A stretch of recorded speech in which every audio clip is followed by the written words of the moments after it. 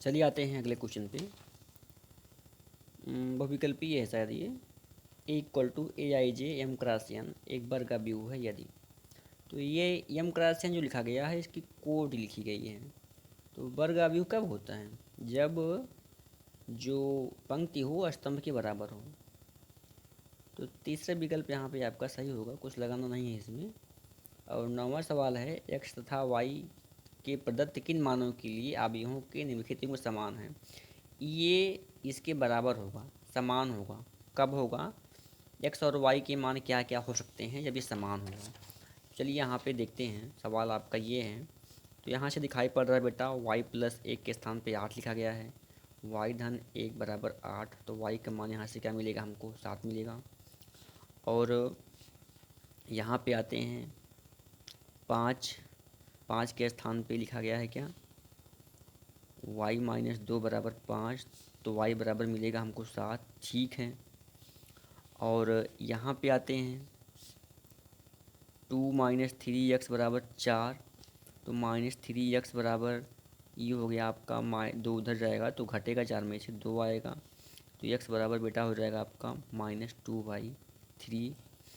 अब यहाँ पे देखिए ये भी किसके बराबर है? 0 के बराबर है।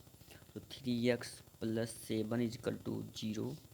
तो यहाँ से 3x = -7, x = आएगा बेटा आपका -7/3। तो यहाँ से x के 2 मान मिल रहे हैं। अब x के 2 मान ये बेटा बराबर हैं। जब बराबर होगा तो x और y का मान जो है हमको एक ही मान मिलना चाहिए। तो y का तो एक मान मिला है 7, लेकिन x के 2 मान मिल रहे हैं। ठीक है, तो बराबर होंगे तो x का केवल एक ही मान मिलना चाहिए, लेकिन यहाँ पे हमको x के 2 मान मिल रहे हैं, इसीलिए ये बराबर नहीं हो सकता है। तो यहाँ पे बेटा आपका विकल्प नंबर जो है दूसरा सही होगा। ये वाला ज्ञात करना संभव नहीं है, क्योंकि एक्स वाई के मान 2 मान मिल रहे हैं, तो भैया कैसे संभव होगा। और 10वें सवाल पे आते हैं। 3x3 कोड के ऐसे आव्यूहों की कुल संख्या कितनी होगी जिनमें प्रत्येक की प्रविष्टि 0 या 1 है?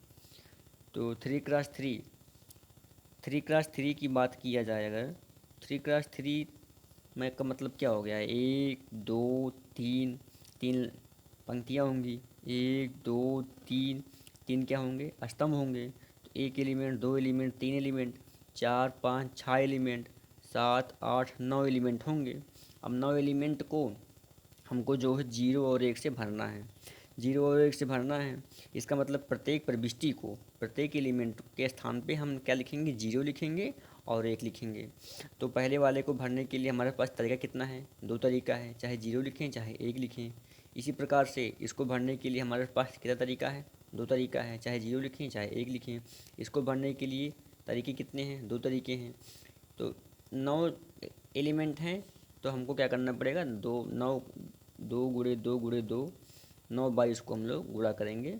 1 2 3 4 5 6 7 8 9, 1 2 3 4 5 6 7 8 9। ये होगा आपका 2 की घात 9। 2 दूनी 4 दूनी 8, 8 दूनी 16, 16 दूनी 32, 32 दूनी 64, 64 दूनी 128, 128 दूनी 256, 256 दूनी 512। 512 विकल्प में अगर होगा तो सही होगा। हाँ बिल्कुल, ये आपका डी वाला विकल्प सही है। तो ये प्रश्नावली बेटा संपूर्ण रूप से हल कर दी गई है। अगर किसी बच्चे को कोई समस्या है सवाल लगाने में तो वो बताएं, उसको फिर से बताया जाएगा और तब शुरू करेंगे अगली प्रश्नावली। चलिए ठीक है।